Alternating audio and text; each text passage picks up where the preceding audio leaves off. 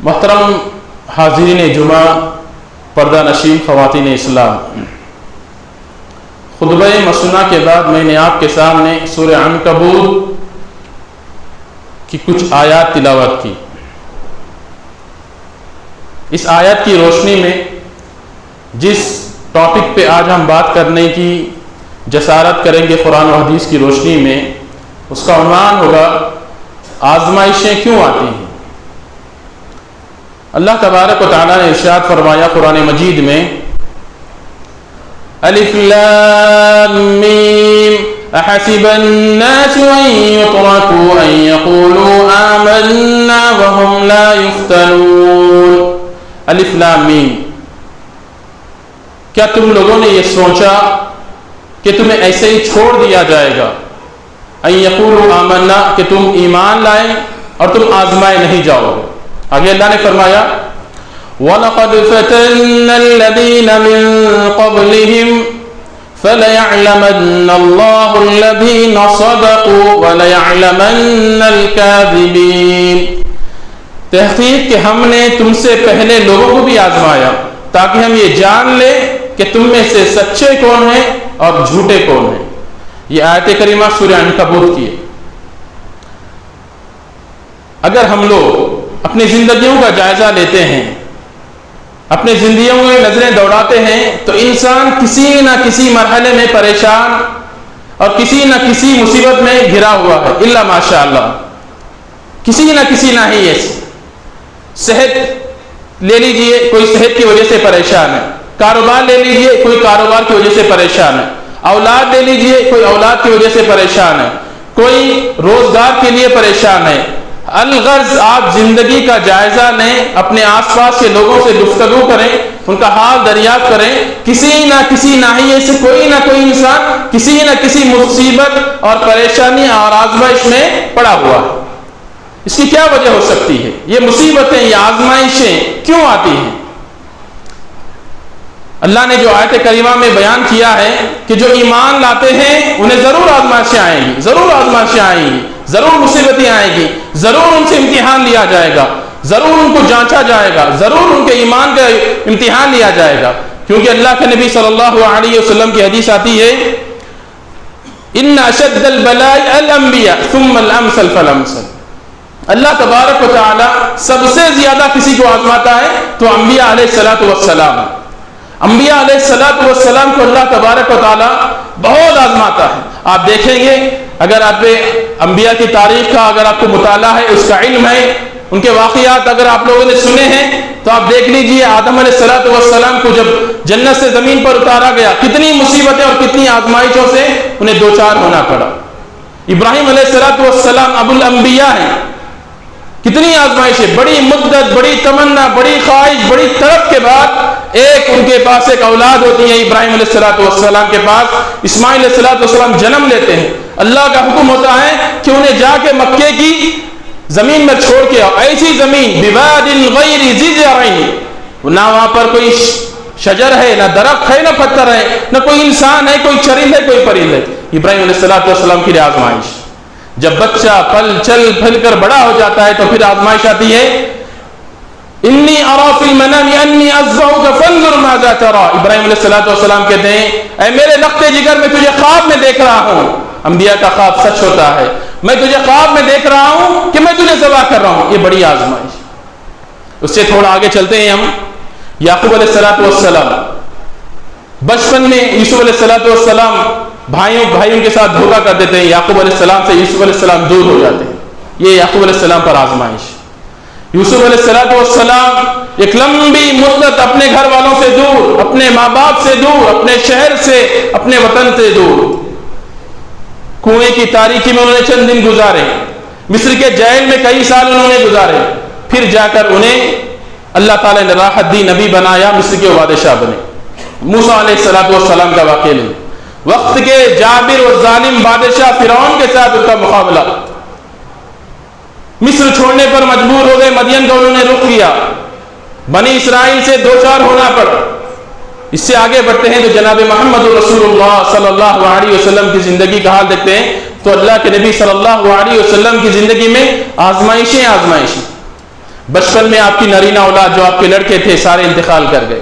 ایک باپ ہونے کے ناطے اللہ کے نبی صلی اللہ علیہ وسلم پر یہ آزمائشیں آئیں. اور اسی طرح جب اللہ کے نبی صلی اللہ علیہ وسلم نبی بنائے گئے تو کفار مکہ کی جو سازشیں تھیں، جو تکالیف تھی، اس سے نبی علیہ السلام کو آزمایا گیا. جب ان سے جنگیں ہوئیں تو جنگوں میں اللہ کے نبی صلی اللہ علیہ وسلم کو آزمایا گیا، جس میں قابل ذکر جنگ غزوہ احزاب، جس میں عرب کے سارے قبیلے ایک ہو گئے، جس کا نقشہ قرآن یوں کھینچتا ہے: اذ جاؤکم من فوقکم ومن اسفل منکم وَإِذْ زَاغَتِ الْأَبْصَارُ وَبَلَغَتِ الْقُلُوبُ الْحَنَاجِرَ وَتَظُنُّونَ بِاللَّهِ الظُّنُونَ هُنَالِكَ ابْتُلِيَ الْمُؤْمِنُونَ وَزُلْزِلُوا زِلْزَالًا شَدِيدًا. کہ اس جنگ کی کیفیت کا اللہ تعالیٰ نقشہ کھینچتا ہے. سارے کفار عرب ایک طرف، مسلمانوں ایک طرف. سارے مسلمان پریشان ہو گئے کہ جنگ ہم جیت رہے ہیں یا ہار رہے ہیں اس کا اندازہ انہیں نہیں ہو رہا ہے. اللہ نے آگے فرمایا وَبَلَغَتِ الْقُلُوبُ الْحَنَاجِرَ، صحابہ کرام کے کلیجے منہ کو آ گئے تھے. یہ شدت اور ابتلا و آزمائش کی آخری کڑی ہوتی ہے کہ انسان کا کلیجہ جب منہ کو آ جاتا ہے تو انسان بہت زیادہ پریشان ہوتا ہے. اللہ نے فرمایا وَزُلْزِلُوا زِلْزَالًا شَدِيدًا. یہاں پر اللہ تبارک و تعالیٰ نے سارے مسلمانوں کو وہاں پر جھنجھوڑا اور ان کے ایمان کو آزمایا. تو یہ انبیاء علیہ السلام کو اللہ تبارک و سب سے زیادہ آزماتا ہے. ان اشد البلاء الانبیاء ثم الامثل فالامثل. جو انبیاء کے نقش قدم پر جتنا زیادہ صحیح ہوں گے، جتنا زیادہ قریب ہوں گے، ان کو اللہ تبارک و تعالیٰ اتنا ہی آزمائے گا. آزمائش دو طرح کی ہوتی ہے، ایک اجتماعی آزمائش ہوتی ہے، ایک انفرادی آزمائش ہوتی ہے. اجتماعی آزمائش جیسے سارے شہر اور سارے قبیلے پر آزمائش آ جاتی ہے. ابھی ہم حال دیکھ رہے ہیں ہمارے فلسطین کے بھائیوں غزہ پر، یہ اجتماعی آزمائش ہے ان پر. یا کہیں ایسا ہوتا ہے کہ اللہ تعالیٰ کی طرف سے کوئی اچانک ایک ایسی کیفیت پیدا ہو جاتی ہے جس میں سارے لوگ شامل ہو جاتے ہیں. زلزلہ آ جاتا ہے، سیلاب آ جاتا ہے، یا وہ لوگوں کو زمین میں دفن کیا جاتا ہے. تو اس میں کچھ اچھے لوگ بھی ہوتے ہیں اور برے لوگ بھی ہوتے ہیں.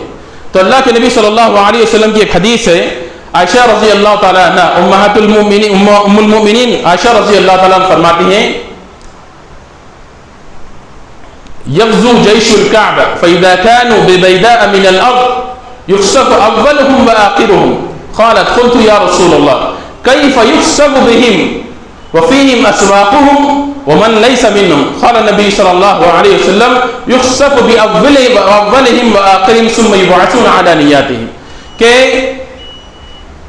ایک لشکر کعبے پر حملہ کرنے آئے گا. جب وہ ایک بیابان بیدا نامی ایک میدان پر پہنچے گا تو اللہ تبارک و تعالیٰ اس لشکر کو دبا دے، زمین میں دھسا دے گا. تو عائشہ رضی اللہ تعالیٰ عنہ فرماتی ہیں اللہ کے نبی صلی اللہ علیہ وسلم یہ بات تو سمجھ میں آتی ہے کہ جو حملے کے لیے اس کو دھسا دیا جائے، لیکن اس سارے علاقے کو دھسا دیا جائے گا. وَمِنْهُمْ أَسْوَاقُهُمْ، اس میں ان لوگوں کے کاروبار ہوں گے. وَمَنْ لَيْسَ مِنْهُمْ، جو اس لشکر میں شامل نہیں ہے وہ بھی دھسائے دیے جائیں گے. تو اللہ کے نبی صلی اللہ علیہ وسلم نے فرمایا یخسف اولهم وآخرهم، اس علاقے کے سبھی لوگوں کو دھسا دیا جائے گا.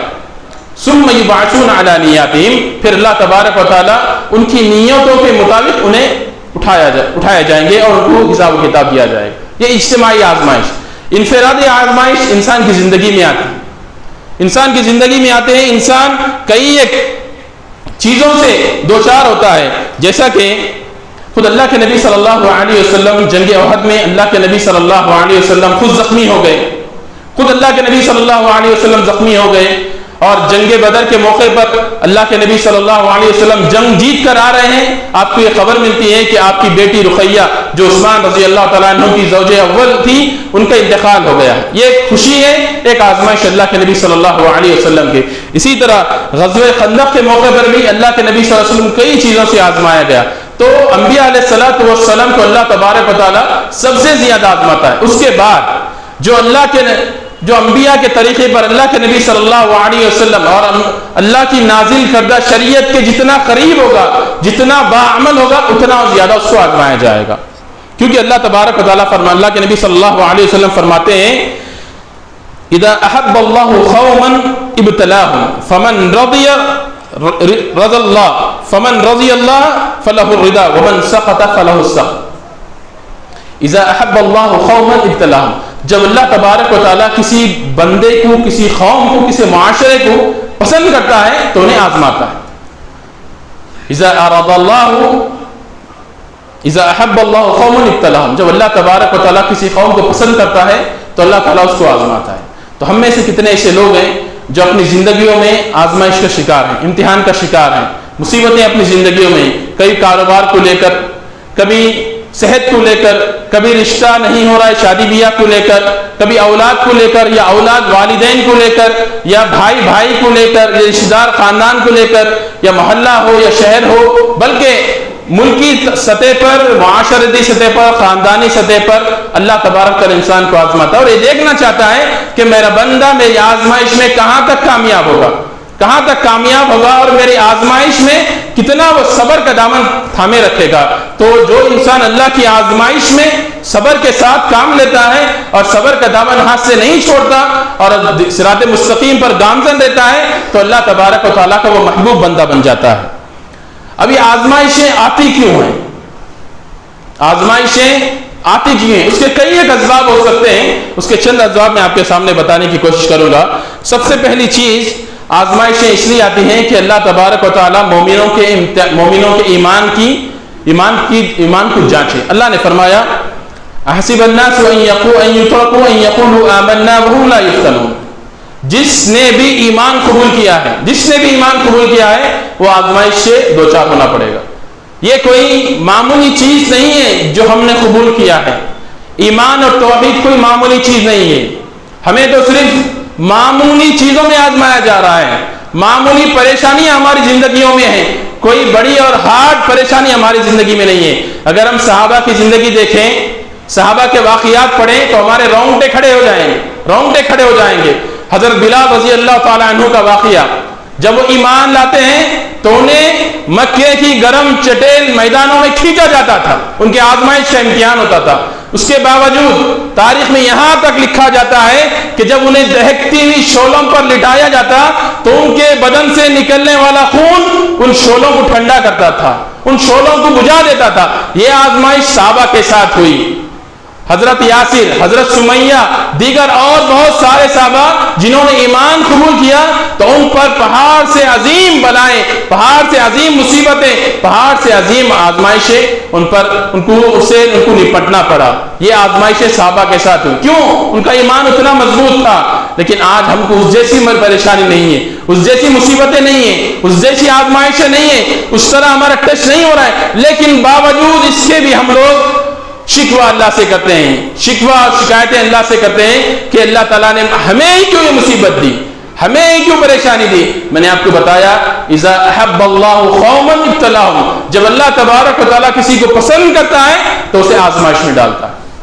تو میرے بھائیوں، جو بھی پریشانی ہے، کیونکہ اللہ تبارک و تعالیٰ نے قرآن مجید میں سورہ بقرہ میں ارشاد فرمایا وَلَنَبْلُوَنَّكُمْ بِشَيْءٍ مِّنَ الْخَوْفِ وَالْجُوعِ وَنَقْصٍ مِّنَ الْأَمْوَالِ وَالْأَنفُسِ وَالثَّمَرَاتِ وَبَشِّرِ الصَّابِرِينَ الَّذِينَ إِذَا أَصَابَتْهُم مُّصِيبَةٌ قَالُوا إِنَّا لِلَّهِ وَإِنَّا إِلَيْهِ راجعون. بے شک ہم ضرور وَلَنَبْلُوَنَّكُمْ، ہم تمہیں ضرور آزمائیں گے، بِشَيْءٍ مِّنَ الْخَوْفِ، ڈر کے ذریعے، مِّنَ الْخَوْفِ وَالْجُوعِ، بھوک کے ذریعے، وَنَقْصٍ مِّنَ الْأَمْوَالِ، کاروبار میں خسارہ ہوگا، وَنَقْصٍ مِّنَ الْأَمْوَالِ وَالْأَنفُسِ، اور آپ کے رشتہ دار، آپ کے عزیز، آپ کے اقارب، آپ کا لختے جگر، آپ کی بیوی، آپ کے والدین کی موت آپ کی زندگی کے، آپ کی آنکھوں کے سامنے ہوگی، والثمرات، اور پیداوار میں کمی ہوگی، وَبَشِّرِ الصَّابِرِينَ. یہ ساری چیزیں خوف کے ذریعے آزمائیں گے، بھوک کے ذریعے آزمائیں گے، اور مال میں نقصان کے ذریعے آزمائیں گے، موت کے ذریعے آزمائیں گے، پیداوار میں کمی کے ذریعے آزمائیں گے. یہ ساری چیزیں ہونے کے باوجود بھی اگر کوئی صبر کرتا ہے، وبشر الصابرین، صبر کرنے والوں کو خوشخبری دو. الذین اذا اصابتهم مصیبہ قالوا انا للہ وانا الیہ راجعون. جو کچھ ہوا ہے وہ اللہ کی جانب سے ہوا ہے، ہم اللہ ہی کے لیے اور اللہ ہی کی طرف لوٹ کر جانا ہے. ایک مومن کی زبان پر یہی چیزیں ہونا ہے. کوئی بھی تکلیف ہو، انا للہ وانا الیہ راجعون، کوئی بھی تکلیف لائق ہو تو یہ جملہ ہمیشہ اپنی زبانوں پر ہونا چاہیے. جو کچھ لائق ہوا ہے وہ اللہ کی مرضی سے ہوا ہے، یا ہم اللہ ہی کے لیے ہیں اور اللہ ہی کی طرف لوٹ کر جانا ہے. اس کے بعد حدیث میں آتا ہے کہ اللہ تبارک و تعالی مومنوں کے جانچ کے بارے میں جو میں بات بتا رہا ہوں کہ ایمان کو جانچنے کے لیے اللہ آزمائش میں ڈالتا ہے. حدیث میں آتا ہے یبتلی الرجل علی حسب دینہ فإن كان في دينه صلبا اشتد بلاؤه وإن كان في دينه رقة يبتلى على حسب دينه. يبتلى الرجل على حسب دينه. انسان اپنے دین کی کیپیسٹی کی وجہ سے آزمایا جاتا ہے کہ اس کا ایمان جتنا زیادہ مضبوط ہوگا اتنی بڑی آزمائش اس پر آئے گی. یبتلی الرجل علی حسب دینہ، اس کے دین کے مقابلے میں اس کو آزمایا جائے گا. وہ بڑا متقی ہے، پرہیزگار ہے، صوم و صلاۃ کا پابند ہے، اپنی ذات سے کسی کو تکلیف نہیں دیتا، صدقہ و خیرات کرتا ہے، بڑا نیک اور اچھا ہے، اتنی زیادہ بڑی مصیبت اس پر آئے گی. وَإِن كَانَ فِي دِينِ رِقَّةً، اگر وہ دین میں کمزور ہے، ایمان میں کمزور ہے، یبتلی علی حسب دینہ، تو اس کا ایمان جتنا کمزور ہوگا مصیبت اتنی چھوٹی اس پر آئے گی. تو گویا اگر ہم صحیح ہیں، پہلی بات یہ ہے کہ ہم توحید پر ہوں، عقیدہ درست ہو اور شریعت پر ہم اپنے طاقت کے مطابق عمل کر رہے ہیں، اگر اس کے باوجود ہم پر مصیبت آتی ہے تو یہ اللہ کی طرف سے، یہ آزمائش ہے اللہ تعالیٰ کی طرف سے. کیونکہ اللہ کے نبی نے فرمایا دین جیسا ہوگا آزمائش ویسے ہی ہوگی. اگر دین کمزور ہے، ہمارا ایمان کمزور ہے، یقین کمزور ہے، تو آزمائش بھی چھوٹی موٹی آ جائے گی. تو میرے بھائیوں، ایک اور جگہ اللہ تعالیٰ نے، اللہ کے نبی صلی اللہ علیہ وسلم نے فرمایا من یرید اللہ بہ خیرا یصب منہ. اللہ تبارک و تعالیٰ جب کسی بندے کے ساتھ بھلائی کا معاملہ کرنا چاہتا ہے، بھلائی کا معاملہ کرنا چاہتا ہے تو اسے آزمائش میں ڈالتا ہے. من یرید اللہ بہ خیرا یصب منہ. اگر اللہ تبارک و تعالیٰ کسی بندہ یا بندی کے ساتھ کوئی بڑا بھلائی کا معاملہ اس کے فیوچر میں ہونے والا ہے تو اسے آزماتا ہے. اگر وہ بندہ آزمائش میں کامیاب ہوتا ہے تو اللہ تبارک و تعالیٰ آگے اس کے مستقبل کے دروازے اس کے لیے کھول دیتا ہے. یہ پہلی وجہ کہ ایمان کو جانچنے کے اللہ تبارک و تعالیٰ آزماتا ہے. دوسری وجہ مومن اور غیر مومن کا اندازہ ہو جائے، اس لیے اللہ تبارک و تعالیٰ فرماتے ہیں، اللہ تعالیٰ فرماتے ہیں قرآن مجید میں ما كان الله ليذر المؤمنين على ما انتم عليه حتى يميز الخبيث من الطيب. اللہ تعالیٰ اس لیے آزمائش میں ڈالتا ہے بندوں اور بندیوں کو تاکہ ان کو دنیا ہی میں الگ کر لے. یہ مومن ہے اور یہ غیر مومن ہے، یہ اللہ والے ہیں، یہ غیر اللہ والے ہیں. اللہ تبارک و تعالیٰ اس لیے آزماتا ہے. تیسری چیز کیوں اللہ تبارک و تعالیٰ آزماتا ہے؟ گناہ کی مغفرت ہو جاتی ہے. اللہ تعالیٰ اپنے بندے کے گناہ دنیا ہی میں معاف کرنا چاہتا ہے. حدیث ہے، اللہ کے نبی صلی اللہ علیہ وسلم فرماتے ہیں ما يصيب المسلم من نصب ولا وصب ولا هم ولا غم ولا اذى حتى الشوكة يشاكها الا كفر الله بها منه خطاياه. اللہ کے نبی جناب محمد رسول اللہ صلی اللہ علیہ وسلم فرماتے ہیں جب کبھی بندے پر کوئی مصیبت آتی ہے، مومن بندے پر، تو وہ مصیبت اس کے لیے خیر ہوتی ہے. کیوں؟ ما يصيب المسلم من نصب ولا وصب ولا هم ولا غم ولا اذى حتى الشوكة يشاكها الا كفر الله بها منه خطايا. جو بھی غم ہو، تکلیف ہو، پریشانی ہو، مصیبت جو کچھ بھی ہو، حتی الشوک، یہاں تک کہ پیر میں مومن کے اگر ایک کانٹا بھی چبھتا ہے، الا کفر اللہ بہ منہ خطایا، تو اللہ تبارک و تعالیٰ مومن کے پیر میں کانٹا چبھنے کی وجہ سے بھی اللہ تعالیٰ اس کے گناہ معاف کرتا ہے. تو یہ مومن کا درجہ ہے، اس لیے اللہ تبارک و تعالیٰ انسان کے گناہ معاف کرنے کے لیے اسے آزمائش میں ڈالتا ہے. اور اسی طرح اذا اراد اللہ بعبده خیرا عجل له العقوبة في الدنيا واذا اراد اللہ بعبده الشر امسك عنه بذنبه حتى يوافي به يوم القيامة. اللہ تبارک و تعالیٰ اپنے کچھ بندوں کو محبوب دیکھنا چاہتا ہے، پسند کرتا ہے، تو اللہ تبارک و تعالیٰ اللہ کے لیے فرماتے ہیں اذا اراد اللہ بعبده خیرا عجل له العقوبة في الدنيا. جب اللہ تبارک و تعالیٰ کسی بندے کو چاہتا ہے تو اس کے گناہوں کی سزا دنیا ہی میں دے دیتا ہے، دنیا ہی میں دے دیتا ہے، آخرت میں اس کے لیے کوئی سزا نہیں، دنیا ہی میں دے دیتا ہے. عجل له العقوبة في الدنيا، آخرت کی جو سزا ہے دنیا میں اس کو دے دیتا ہے. واذا اراد اللہ بعبد الشر، اگر اللہ تعالیٰ کسی بندے کے ساتھ برائی کا معاملہ کرتا ہے، امسک عنہ، تو اس سے اس کی سزا روک لیتا ہے، حتی یوافی بھی یوم القیامہ، قیامت کے دن اس کا بدلہ دیا جاتا ہے. نیک انسان جو ہوتا ہے اللہ تبارک و تعالیٰ اس کے اعمال کی سزا آزمائش کی شکل میں دنیا میں دیتا ہے تاکہ آخرت میں وہ بندہ آرام سے رہے. ہم دیکھتے ہیں ہم بڑے متقی ہیں، پرہیزگار ہیں، یا کوئی اور متقی پرہیزگار ہے، اس کی زندگی میں پریشانی ہے، مصیبتیں، آزمائشیں ہیں، ایک انسان ہوتا ہے اتنا زیادہ متقی پرہیزگار نہیں رہتا لیکن بڑا خوشحال رہتا ہے, کوئی مصیبت کوئی پریشانی نہیں. تو یہ حدیث ہمیشہ اپنے ذہن میں رکھیں.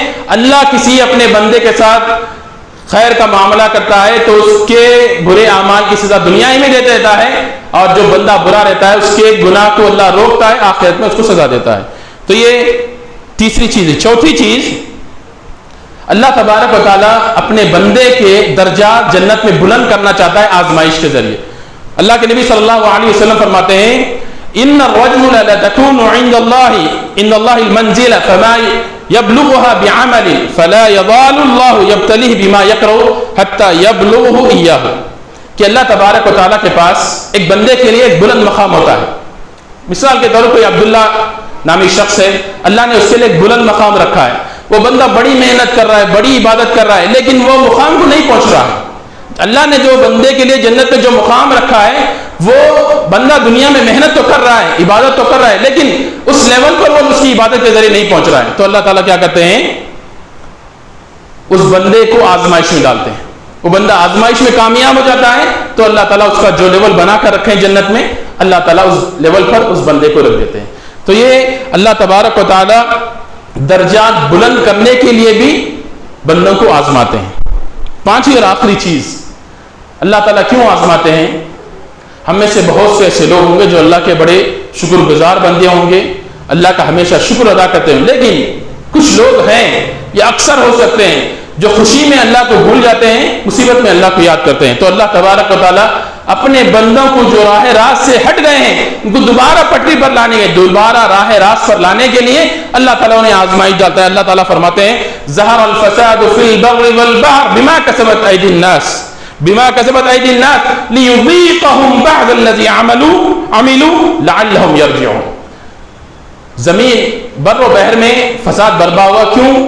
بما کسبت ایدی الناس, لوگوں کے اعمال کی وجہ سے, لوگوں کے اعمال کی وجہ سے فساد برپا ہوا.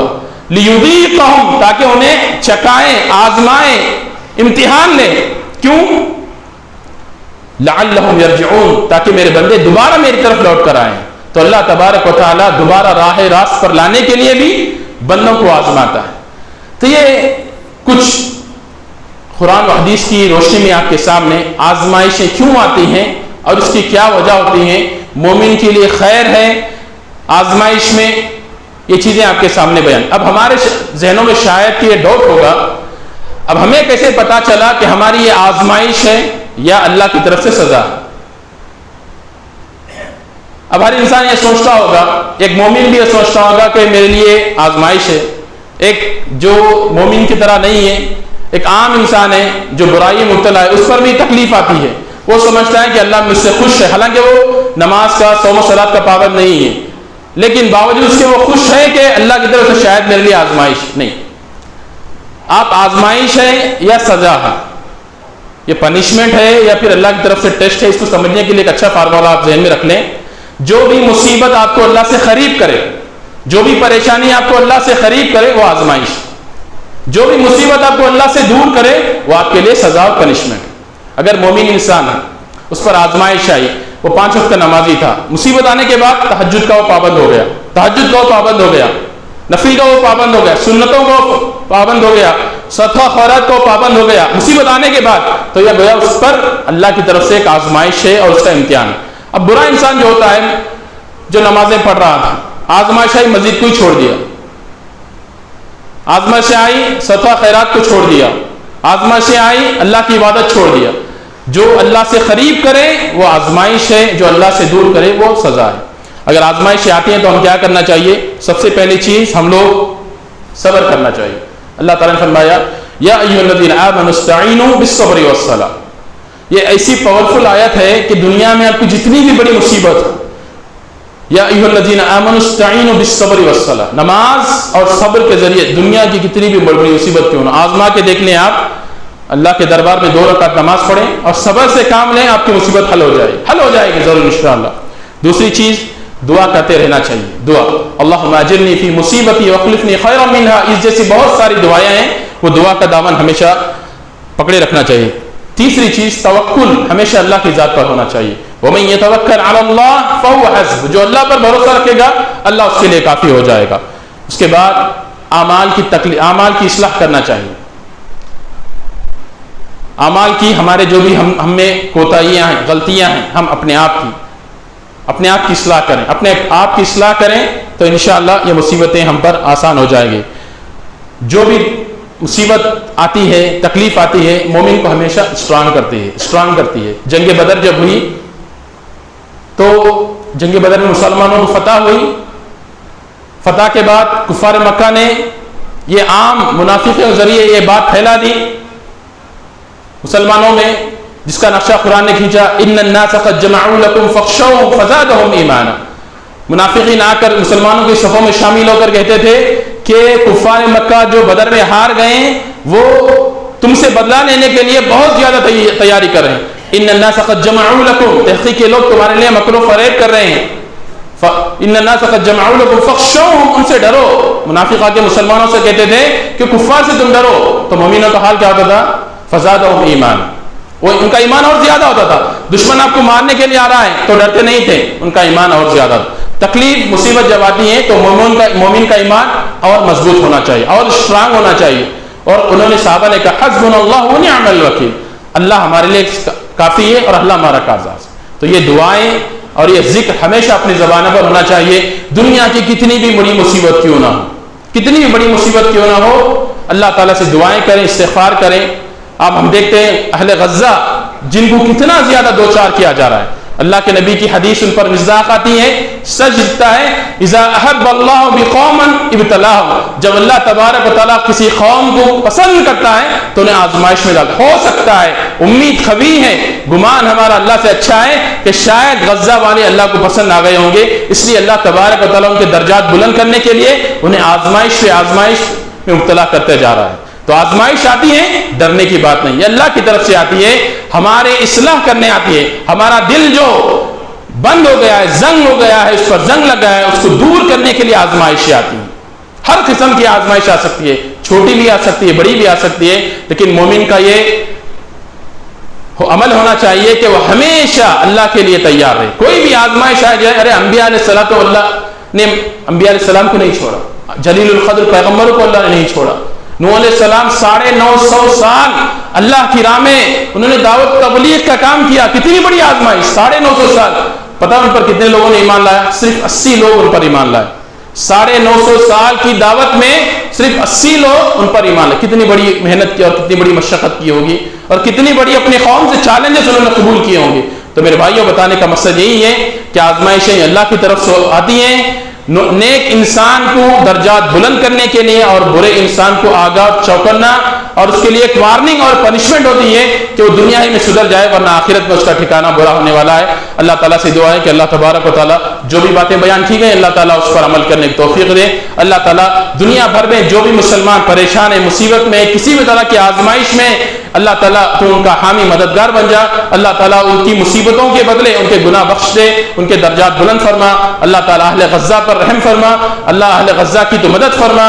اللہ اہل غزہ کے لیے قوی طور پر رزق کا دروازہ کھول دے. اللہ تعالیٰ ان کے معصوم بچے جو شہید ہو گئے ان کو جنت میں اعلیٰ مقام نصیب فرما. جو بھی ماں بہنیں وہاں شہید ہو گئے اللہ تو ان کی بال بال مغفرت فرما. اللہ تعالیٰ جو بچے یتیم ہو گئے تو ان کا حامی و ناصر اور ان کا تو کفیل بن جا. اللہ تعالیٰ جو بھی ماں بہنیں بیوہ ہو گئی اللہ تعالیٰ ان کے لیے بہترین ذریعہ بنا دے. اللہ تعالیٰ جو بھی لوگ دنیا بھر میں جہاں بھی پریشان ہیں، مصیبت میں، اللہ تعالیٰ تو تمام مسلمانوں کا مددگار بن جا.